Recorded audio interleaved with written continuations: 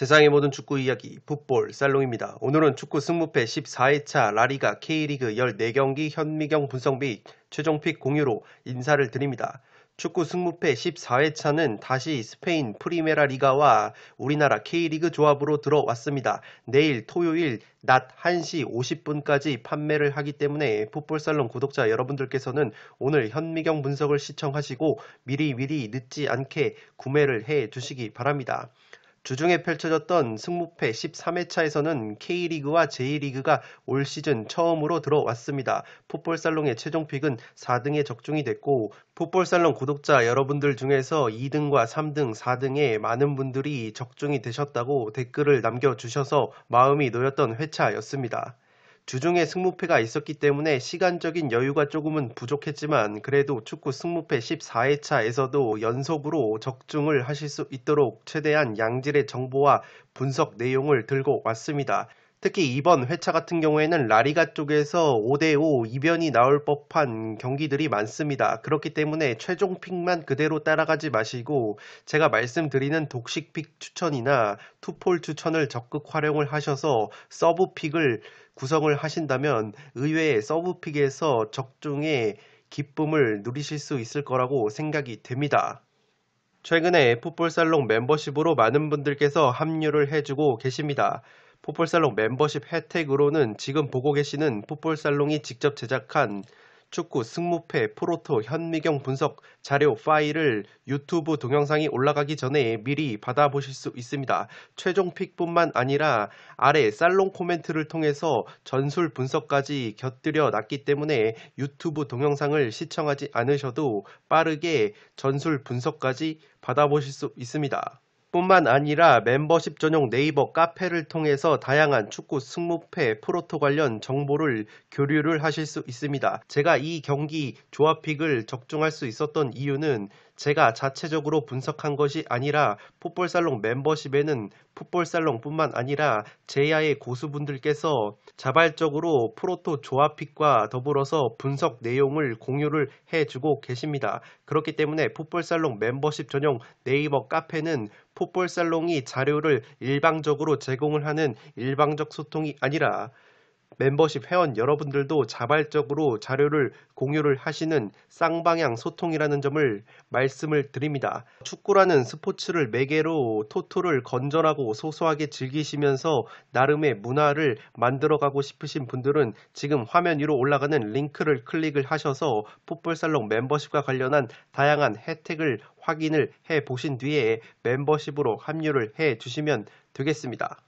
승무패 14회차 현미경 분석 1부 첫 번째 경기는 강원과 대구의 경기입니다. 저는 승무 투폴로 가보도록 하겠습니다. 현미경 분석은 1부와 2부로 나눠서 진행을 해드립니다. 1부에서 1번부터 7번까지 다뤄드리고 2부에서 8번부터 14번까지 다뤄드리고 있습니다. 간혹 가다가 1부만 시청을 하시고 2부는 시청을 하지 않으시는 구독자 여러분들이 계신데 2부까지 시청을 해주셔야 다부지고 야무진 픽이 완성이 된다는 것을 말씀을 드립니다. 최대한 분석 내용을 집중을 하셔서 모든 내용을 소화하실 것을 권장드립니다. 재생 속도를 1.25배 정도로 돌리셔도 들으시는데 전혀 지장이 없으시기 때문에 시간적인 여유가 없으신 분들은 재생 속도를 조금 빠르게 돌려서 소화를 해 주시기 바랍니다. 강원이 직접 제주 원정에서 1대1 무승부를 거뒀습니다. 최근 5경기에서 2승 3무 무패를 달리고 있는데 수비력이 살아났다는 것이 고무적입니다. 주장인 임채민을 필두로 해서 탄탄한 3백 수비가 안정감을 찾고 있는 모습이고 이 5경기에서 무실점 경기가 3경기나 됐습니다. 강원의 공격은 지금 대구에서 이적을 해온 김대원이 이끌고 있는데 8경기에서 3골 1도움 맹활약을 해주고 있습니다. 강원의 간판 공격수 고무열은 시즌 초반에 부진한 모습을 보였다가 최근 3경기에서 2골 1도움을 올려주면서 컨디션을 끌어올리고 있습니다. 직전 제주 경기에서도 돌파에 이은 날카로운 슈팅으로 골대를 강타를 했고 이 김대원 선수의 골을 어시스트를 하면서 고무열 선수가 확실히 살아났다는 점은 강원의 공격에 있어서 크나큰 힘이 될 것 같습니다.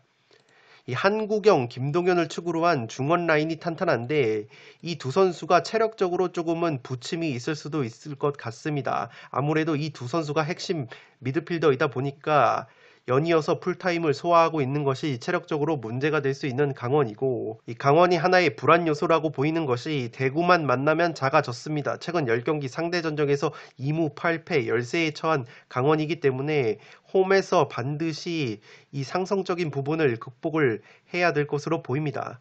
대구의 경우에는 악재가 상당히 많습니다. 에이스 공격수 세징야가 햄스트링 부상으로 결장을 하기 때문에 공격에 있어서 치명적이라고 볼 수밖에 없고, 지금 외국인 공격수 에드가 선수가 부상에서 돌아오긴 했는데 주로 교체로 나서고 있고 100% 몸 상태가 아닌 것 같습니다. 이 세징야 선수의 역할을 용병 세르지뉴 선수가 대신 해줄 수 있을 것으로 보이지만, 이 세르지뉴 선수가 세징야 선수보다도 개인기나 슈팅 정확도에 있어서 상당히 떨어지는 모습을 보이기 때문에 세징야 선수의 공백을 100% 메울 수는 없어 보입니다.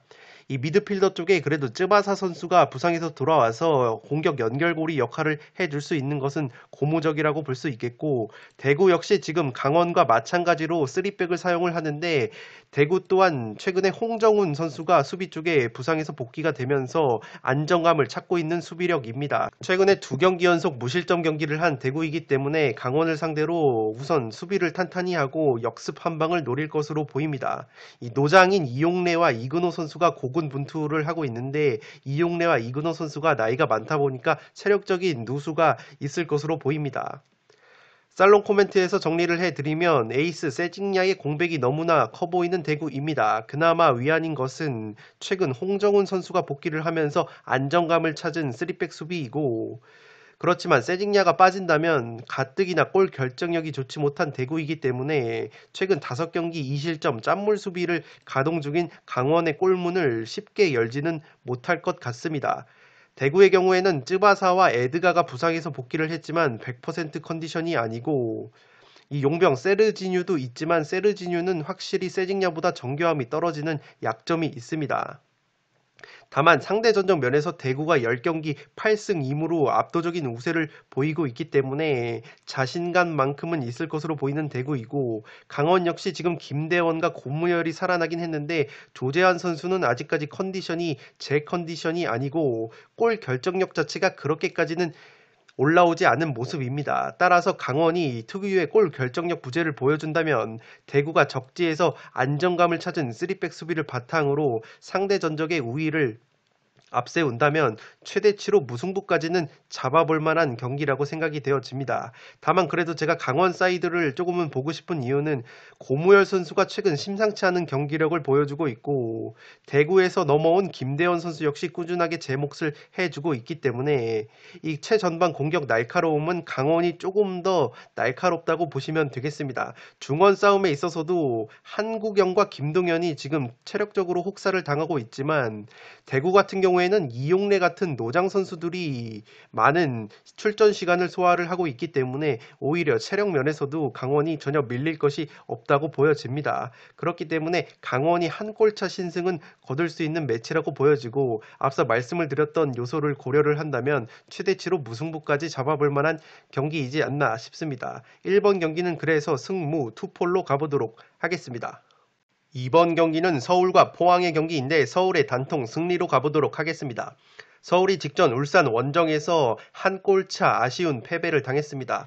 에이스 기성용과 나상호를 후반에 투입을 하면서 체력 안배를 했는데, 이 로테이션을 가동한 상황에서 울산을 상대로 좋은 경기를 한 서울입니다. 이 포항에서 이적을 한 팔로세비치 선수가 시즌 첫 골을 넣으면서 골 가뭄을 해결을 했기 때문에 이번 포항전에서 친정팀 포항을 상대로도 날카로운 왼발 슈팅을 보여줄 수 있을 것으로 생각이 됩니다. 올 시즌 홈 경기에서 2승 1패 나쁘지 않은 성적을 보여주고 있는 서울이기 때문에 열성적인 서울 홈팬들 앞에서 포항을 상대로 좋은 경기를 할 수 있지 않을까 싶습니다.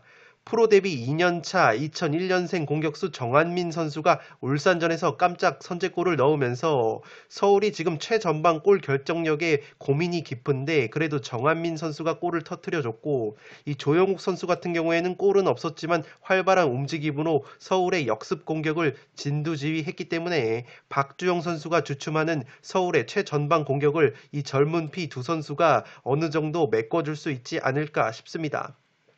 최근 포항과의 상대전적 면에서는 10경기 4승 2무 4패로 팽팽한 모습을 보여주고 있는 서울이기 때문에 충분히 해볼 만한 경기라고 생각이 되어지고, 포항의 경우에는 지금 너무나도 분위기가 좋지 않습니다. 전북과의 홈경기에서 1대3 패배를 당했는데 최근 6경기에서 승리가 없는 것이 포항입니다. 2무 4패로 9위까지 추락을 했고, 팀 내 최다골을 넣고 있는 송민규 선수가 퇴장 징계에서 복귀를 하는 것은 굉장히 공격적인 면에서 플러스라고 할 수 있겠지만, 직전 전북과의 경기에서 오른쪽 수비수 신광훈 선수가 퇴장을 당했기 때문에 이 신광훈 선수가 나오지 못한다면 오른쪽 수비뿐만 아니라 공격, 측면 공격에 있어서도 상당히 큰 전력 누수라고 보여집니다.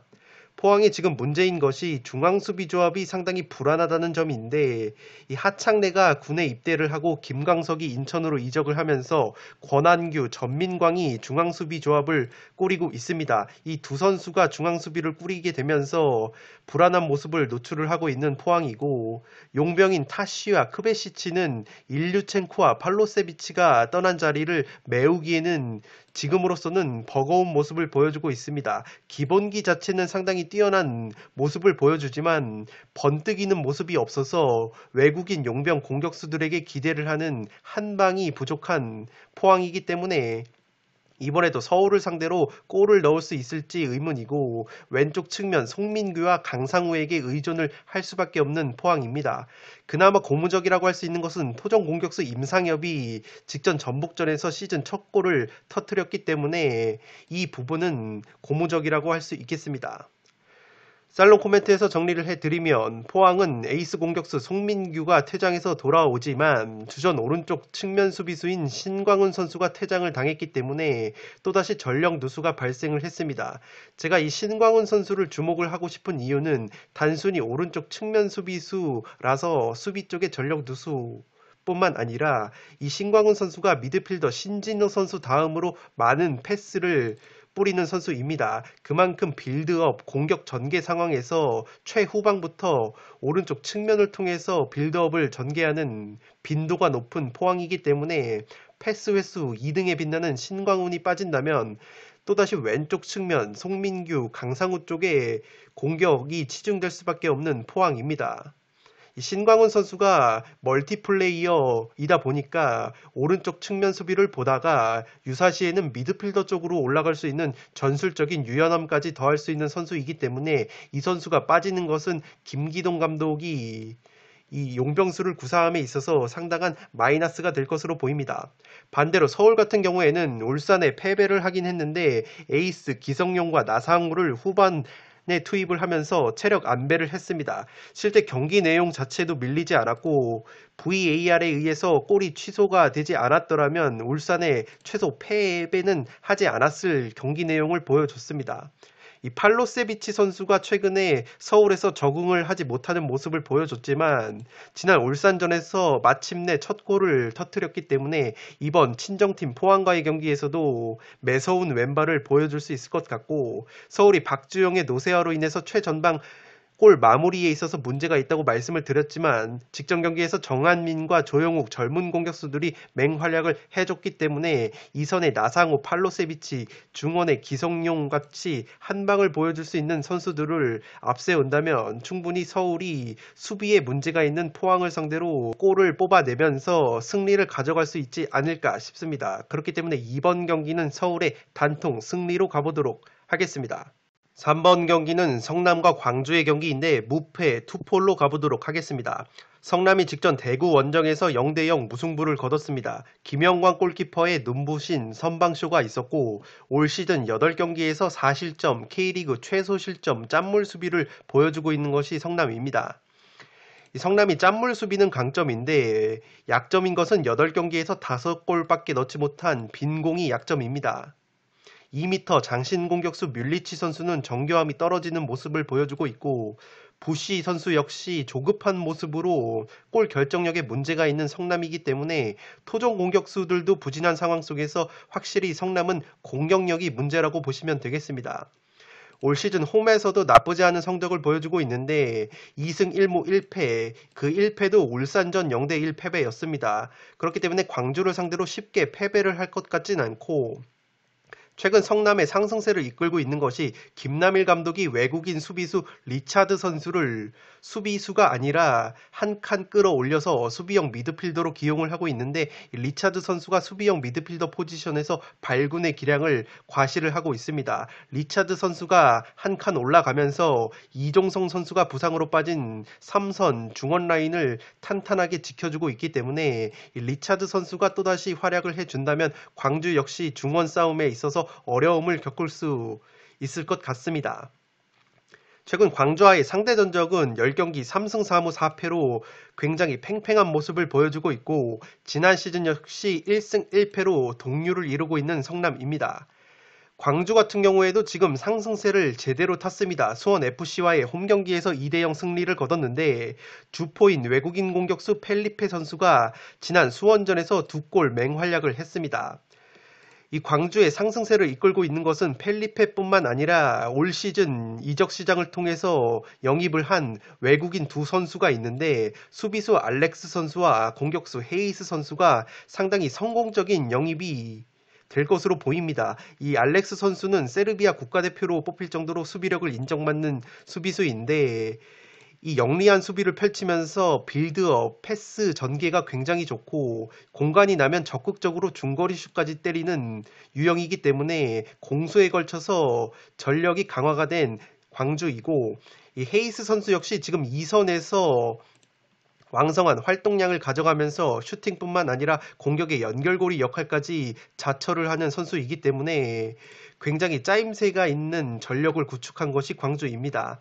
신예 엄지성 선수 역시 공격에 활기를 불어넣고 있기 때문에 미드필더 이찬동과 김종우가 부상으로 빠졌다고는 하나, 엄지성이나 지금 엄원상까지 부상에서 돌아올 가능성이 있는 광주이기 때문에 충분히 성남을 상대로도 해볼 만한 경기이지 않나 싶습니다. 이 엄원상 선수는 지금 4월 내에 복귀가 가능하다고는 보여지지만 현재 재활 중이라는 점에서 이번 성남전에는 출전 가능성이 조금은 낮다고 보시면 되겠습니다. 살롱 코멘트에서 정리를 해드리면, 올 시즌 성남이 3백 짠물 수비를 바탕으로 최소 실점을 기록을 하면서 순항을 거듭을 하고 있습니다. 직전 경기에서는 대구가 골대를 2번이나 맞췄지만 성남의 김영광 골키퍼가 눈부신 선방쇼를 보여주면서 팀을 구해냈습니다. 앞서 말씀을 드렸지만 성남이 수비는 좋지만 공격이 문제인데 8경기에서 5골밖에 넣지 못해서 K리그 최고 빈공팀입니다. 박용지 같은 토종 공격수들이 부진한 모습을 보여주고 있는 상황에서 뮬리치와 부시 선수 역시 용병치고는 골 결정력이 너무나도 떨어지기 때문에 성남이 또다시 빈공을 보여준다면 펠리페 같은 다부진 선수들이 있는 광주를 상대로 쉽게 승리를 거두기에는 버거워 보입니다. 광주 같은 경우에는 지금 에이스 펠리페가 완벽히 부활에 성공을 했고, 펠리페 외에도 엄지성, 헤이스, 김주공 같은 슈팅이 좋은 선수들이 2선 공격진에 포진을 하기 때문에 이 펠리페 선수가 골을 직접 넣지 못하더라도 펠리페가 박스 안에서 싸워주고 그 세컨볼을 앞서 말씀을 드린 엄지성, 헤이스, 김주공 같은 슈팅이 좋은 선수들이 잡아서 마무리를 지어준다면 공격 면에서는 확실히 광주가 성남을 압도할 수 있을 것으로 보입니다. 이 펠리페 선수가 지난 경기 인천과 수원FC를 상대했을 때 인천과 수원의 수비진들이 상당히 고전을 했습니다. 펠리페 선수가 피지컬이 상당히 탄탄한 선수이기 때문에 안쪽에서 비벼만 줘도 세컨볼이 떨어지면서 광주의 2선 공격 라인에게 슈팅 기회가 창출이 되기 때문에 펠리페의 존재만으로도 성남이 수비에 있어서 어려움을 겪을 수 있을 것 같습니다. 성남이 짠물 수비팀이라고 말씀을 드렸지만 성남의 3백 수비를 살펴보시면 마상훈 같은 선수들이 3백의 중심을 잡아주는데, 이 마상훈 선수가 투지 자체는 좋고 왕성한 활동량은 장점인데 펠리페와 비교를 해봤을 때는 피지컬적으로 상당히 열세에 처해 있습니다. 그렇기 때문에 펠리페를 막아내는 데 있어서 인천의 강력한 김광석, 오반석 중앙수비 조합들도 애를 먹었었던 경험이 있기 때문에 마상훈 선수를 축으로 한 성남의 3백 수비가 펠리페의 피지컬을 이겨내기에는 버겁지 않을까 싶고, 이번에도 김영광 골키퍼의 선방쇼가 나오지 못한다면 한껏 날이 선 광주의 공격을 막아내기에는 역부족일 것 같습니다. 다만 그래도 성남이 김영광 골키퍼를 필두로 최소 실점을 기록을 하고 있는 짠물 수비팀이기 때문에 광주가 과연 성남 원정에서 3연승을 거둘 수 있을까라는 의문감이 더해진다면 이 경기는 성남의 짠물 수비를 믿어보면서 무승부까지는 잡아볼 만한 매치업이라고 생각이 되어집니다. 그렇기 때문에 폴더에 여유가 있으신 분들은 저처럼 3번 경기는 무패 투폴로 가보실 것을 추천드리겠습니다. 4번 경기는 헤타페와 카디스의 경기인데 헤타페의 단통 승리로 가보도록 하겠습니다. 투폴 추천으로는 승패를 추천드리도록 하겠습니다. 헤타페가 최근에 라리가 경기에서 3연속 무승부를 거두고 있습니다.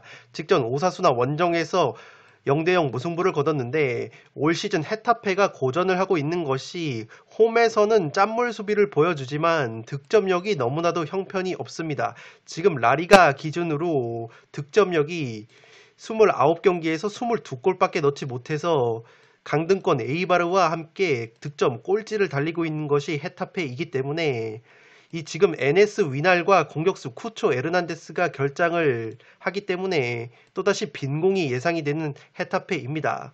그래도 제가 헤타페 사이드를 보고 싶은 이유는 홈에서만큼은 5승 5무 5패로 평균 실점이 0.67골밖에 되지 않습니다. 실점 자체가 홈에서만큼은 최상위권을 달리고 있는 헤타페이기 때문에 카디스가 기본적으로 그렇게까지 공격력이 뛰어나지는 않은 팀이라는 점에서 홈 헤타페를 상대로 쉽게 골문을 열 수 있을 것이라고는 보여지지가 않습니다.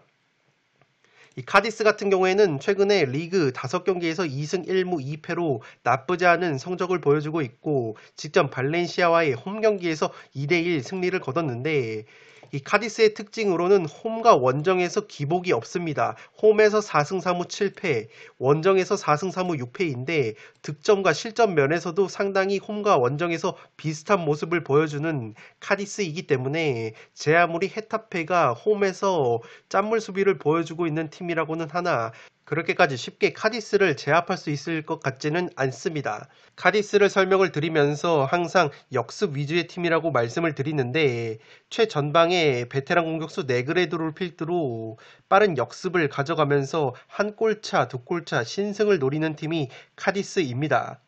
특징적인 것은 직전 발렌시아와의 홈 경기에서 2대1 승리를 거뒀다고 말씀을 드렸는데 올 시즌 라리가에서 2연승이 없습니다. 그렇기 때문에 헤타페를 상대로 2연승을 거둘 수 있을까라는 패턴적인 부분이 있다는 것을 체크해 주시기 바라고 헤타페가 득점이 꼴찌라고 말씀을 드렸는데 반대로 카디스 같은 경우에는 29경기에서 45골이나 실점을 한 최다 실점 3위 팀입니다. 수비력이 그렇게까지 좋은 팀은 아니기 때문에 헤타페가 홈 득점 꼴찌라고는 해도 홈에서 워낙에 극강의 모습, 특히 수비력을 보여주는 팀이라는 점에서 강등권 버프를 받는다면 한 골차 1대0 꾸역승까지는 거둘 수 있지 않을까 싶습니다.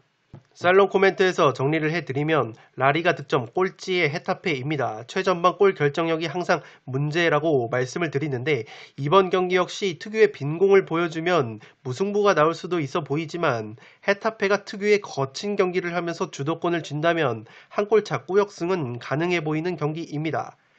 이 카디스와의 1차전 맞대결에서 힌트를 얻으면 당시 헤타페가 무려 7개의 경고를 받았는데 2대0 승리를 거뒀습니다.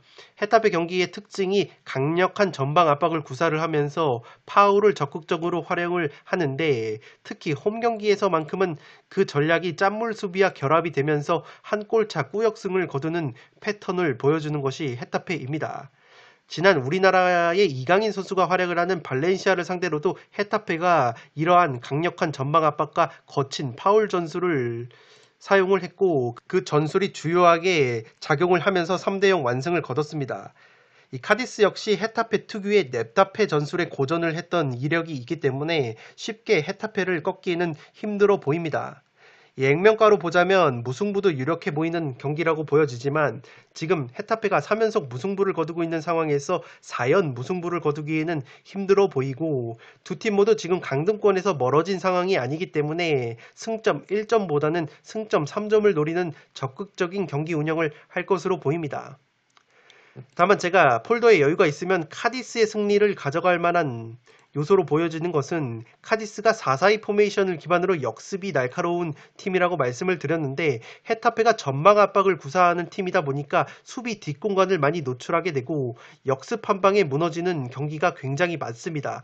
그렇기 때문에 카디스가 최전방에 베테랑 공격수 네그레도라는 골 결정력이 있는 공격수가 있기 때문에 카디스가 자랑하는 역습 패턴 한 방으로 의외로 헤타페의 덜미를 잡을 수도 있는 경기라고 보여지기 때문에 폴더에 여유가 있으신 분들은 무승부가 아니라 의외로 카디스의 승리까지 과감하게 가져가신다면 독식픽을 노리실 수 있는 요소로 보여집니다. 그래도 단통을 잡으라면 카디스가 올 시즌 라리가 경기에서는 귀신같이 2연승이 없기 때문에 강등권 탈출에 조금은 더 의욕이 있는 헤타페가 홈에서의 극강의 수비력을 보여주면서 특유의 거친 전술로 한 골차 꾸역승을 거두는 그림이 그려지는 것 같습니다. 4번 경기는 그래서 헤타페의 단통 승리로 가보도록 하겠습니다.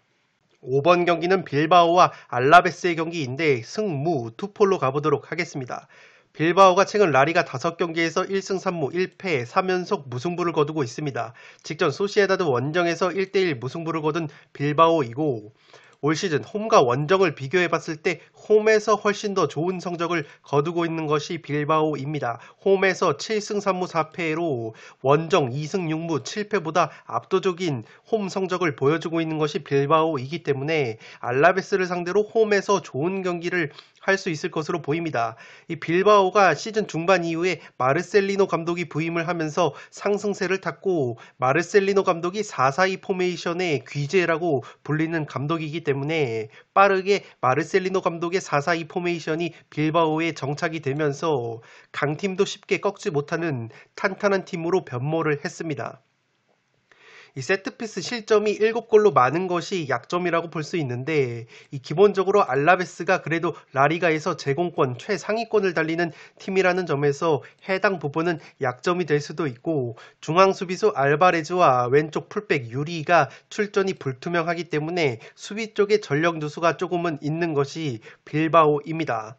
알라베스가 최근에 너무나도 좋지 않은 흐름을 보여주고 있는데 5경기에서 1무 4패 승리가 없었습니다. 알라베스가 어느덧 라리가 꼴등으로 쳐졌기 때문에 강등권 탈출을 위해서는 최소 승점 1점이라도 따야 하는 경기인데 빌바오가 홈에서 극강의 모습을 보여주는 팀이라는 점에서 최대치는 무승부로 보여집니다. 이 알라베스 같은 경우에는 홈과 원정을 비교해봤을 때 원정에서 더 좋지 않은 성적을 보여주고 있고 이 라리가에서 지금 득점이 24골로 최하위권을 달리고 있는 만큼 빈공을 보여주고 있기 때문에 최근에 탄탄한 조직력을 갖춘 빌바오를 상대로 쉽게 골문을 열 수 있을 것이라고는 그림이 그려지지가 않습니다. 제가 빌바오가 세트피스 수비가 약점이라고 했는데 그래도 알라베스가 세트피스 상황에서 득점이 7골로 공동 4위에 올라 있기 때문에 알라베스는 확실히 빌바오를 상대로 세트피스 상황 압도적인 제공권을 활용을 해서 우당탕탕 한 방을 노릴 것으로 보입니다. 이 알라베스가 최근에 고전을 하고 있는 것이 주포 장신 공격수 호셀루 선수가 2경기째 무득점에 빠져 있고 이 호셀루 선수는 그래도 제 몫을 해주고 있지만 호셀루와 더불어서 화력을 지원을 해줘야 되는 에드가 멘데스나 루카스 페레스 같은 선수들이 무득점 행진이 이어지고 있기 때문에 호셀루 혼자서는 골을 넣지 못하는 빈공을 보여주고 있습니다. 알라베스 역시 주전 왼쪽 측면 수비수 두아르테가 경고 누적으로 결장을 하기 때문에 양팀 모두 왼쪽 측면 수비수들이 빠진다는 것을 체크해 주시기 바랍니다. 살롱 코멘트에서 정리를 해드리면 최근 라리가 꼴찌로 처진 알라베스입니다. 기본적으로 알라베스가 홈과 원정을 비교해 봤을 때 원정에서는 홈보다는 좋지 못한 경기력을 보여주는 팀이기 때문에 홈에서 극강의 경기력을 보여주는 빌바오를 상대로 승리까지는 힘들어 보입니다. 다만 빌바오가 최근 무승부가 많은 흐름인데 특징적인 것이 뭐냐면 3일 정도 휴식을 취하고 바로 경기를 치르면 확실히 체력적인 누수가 있어 보입니다. 이 데이터적으로도 보시면 일주일 정도를 쉬고 경기를 치르면 홈에서는 그래도 한 골차 꾸역승을 많이 거두는데 이 3일 정도밖에 휴식을 취하지 못하면 체력적인 누수 아무래도 빌바오가 스쿼드가 그렇게 탄탄한 팀은 아니기 때문에 확실히 체력적인 누수를 보이면서 무승부를 거두는 패턴이 많습니다. 그렇기 때문에 직전 소시에다드와의 원정 경기를 치르고 온 상황 속에서 3일 정도밖에 휴식을 취하지 못한 빌바오이기 때문에 이번에도 무승부로 의외로 덜미가 잡힐 수 있지 않나 싶습니다. 그래도 빌바오 쪽으로 조금은 기우는 요소는 알라베스의 공격진과 비교해 봤을 때는 빌바오의 공격 자원들이 골을 만들어낼 수 있는 자원이 조금은 있습니다. 무니아인이나 윌리엄스 같은 선수들이 공격 자원이 있기 때문에 알라베스는 호셀루가 터져주지 않는다면 또다시 빈공을 보여줄 가능성이 높고, 호셀루뿐만 아니라 페레스와 멘데스까지 최근 부진한 흐름을 보여주고 있기 때문에 알라베스는 확실히 세트피스 한 방밖에는 없어 보입니다. 따라서 앞서 말씀을 드린 것처럼 빌바오가 체력적인 누수와 더불어서 최근에 주축 공격진들이 비교적 좋지 못한 컨디션을 보여주고 있기 때문에 알라베스가 강등권 버프를 받는다면 최대치로 무승부로 덜미가 잡힐 수 있는 경기라고 보여집니다. 다만 그래도 4연속 무승부는 힘들어 보인다는 점에서 단통 경기를 찍으라면 그래도 빌바오의 홈 승리가 유력해 보이는 매치업이고, 그렇기 때문에 저처럼 폴더에 여유가 있으신 분들은 승무 투폴로 가보시면 되겠고, 폴더에 여유가 없으시다면 그래도 빌바오가 홈에서만큼은 극강의 모습을 보여주는 팀이라는 점에서 승리까지 거둘 수 있는 경기라고 생각이 되어집니다. 6번 경기는 에이바르와 레반테의 경기인데 승패로 갈라보도록 하겠습니다. 에이바르가 올 시즌 라리가 최고의 홈 고자팀입니다. 1승 6무 7패로 라리가 홈 성적 꼴찌를 달리고 있는 팀이고, 이 홈에서는 득점이 8골밖에 없어서 홈 득점도 꼴찌입니다. 에이바르가 라리가 12경기에서 4무 8패로 승리가 없는 팀인데 강등권인 19위로 추락을 했기 때문에 상당히 강등이 유력한 팀이기도 합니다. 에이바르는 핵심 왼쪽 측면 자원인 브리안 힐 선수가 경고 누적으로 인해서 나오지 못하기 때문에 화력 저하가 예상이 되고, 주전 중앙 미드필더인 엑스포시토까지 출전이 불투명하기 때문에 또다시 빈공을 보여줄 가능성이 높은 것이 에이바르입니다. 다만 제가 에이바르의 승리를 과감하게 찍어보고 싶은 이유는 최근에 레반테가 분위기가 좋지가 못합니다. 최근 라리가 5경기, 모든 대회 5경기에서 1승 4패 침체에 빠졌는데 직전 우에스카와의 홈 경기에서도 0대2로 완패를 당했습니다. 레반테가 기본적으로 홈과 원정을 비교해봤을 때 홈에서 극강의 모습을 보여주는 팀인데, 제 아무리 우에스카가 최근에 경기력이 살아났다고는 하나 에이바르와 마찬가지로 강등권에 처한 팀인데 홈에서 극강의 모습을 보여주는 레반테가 우에스카에게 덜미가 잡혔다는 것은 그만큼 경기력이 최근에 저하가 됐다는 방증이고, 이러한 부분에서 에이바르가 강등권 탈출의 의지를 보여준다면 세트피스 한방, 우당탕탕 한방으로 충분히 이변을 노려볼 만한 경기라고 생각이 되어집니다. 이 레반테가 원정에서는 3승 4무 7패로 성적이 굉장히 좋지 못하고, 이 실점 패턴을 보시면 세트피스 상황에서 8골이나 실점을 해서 세트피스 수비가 상당히 약합니다. 반대로 에이바르 같은 경우에는 홈에서 득점이 꼴등이기는 하지만 세트피스 상황에서 6골이나 넣고 있기 때문에 에이바르가 특유의 버티기를 시전을 하면서 세트피스 한 방으로 우당탕탕 골을 우겨 넣는다면 최근에 경기력이 떨어진 레반테를 상대로 의외로 13경기 만에 승리를 거두면서 강등권 탈출의 불씨를 살릴 수 있는 경기이지 않나 싶습니다.